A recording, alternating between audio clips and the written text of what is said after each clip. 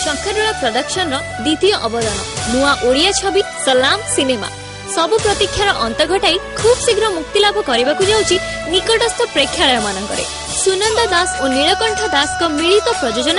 निर्मित एई फिल्म निर्देशना भार संभाळिछंती निर्देशक निशिकांत दलबेहेरा। संबित देवजानी, बॉबी मिश्र, चौधरी जयप्रकाश दास और प्रज्ञा अभिनीत एई फिल्म कहानी को सुनंदा दास लिखिथिबा बेले संग्राम लिखिछंती डॉक्टर निर्मल नायक।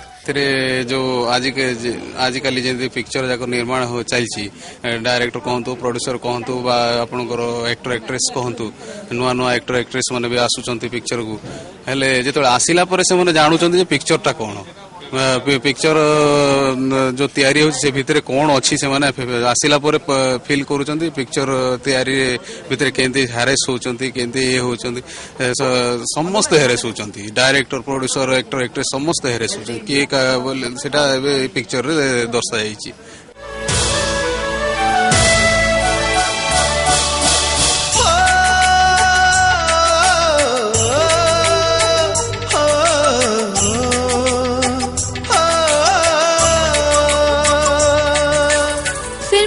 हृदय स्पर्शी 6टी गीत को म्यूजिक रे सजाई आगधाड़ी famous music composer Abhijit Majumdar. Film भितर फिल्म कथा गुडी को निर्देशक निशिकांत खूब सुंदर भाव में प्रेजेंट करिसेंती।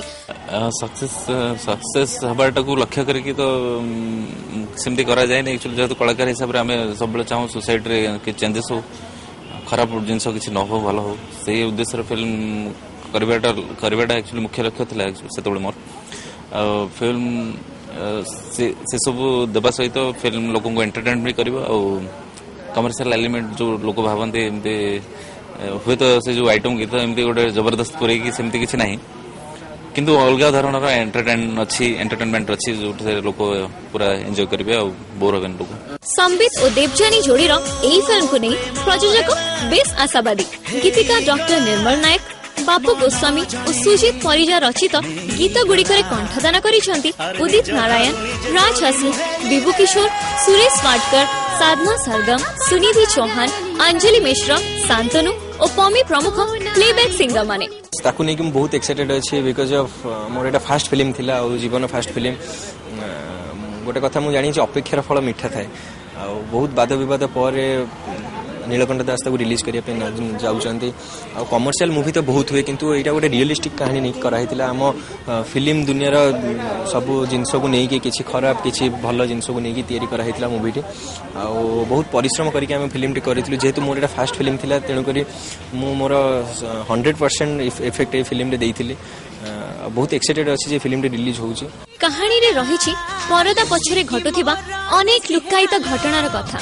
जहा दर्शकों आढ़ुआल रही जाउछि। निज प्रेम को बंचाइबा पई नायक संबित केमती खल चरित्र मुखा खोली देउछंती ताहार सफल प्रतिफलन रहिछि सलाम सिनेमा रे। एई फिल्मर गीत गुड़िक सबु वर्गर श्रोता मानकु पसंद आसीबो एई आशा रखिबु। फिल्मटी खूब शीघ्र परदा उपरकु आसीबाकु जाउछि। प्रेम हेला हेई गला मन जणे नेई गला अरे निज ठारू निजे चोरी मुहेली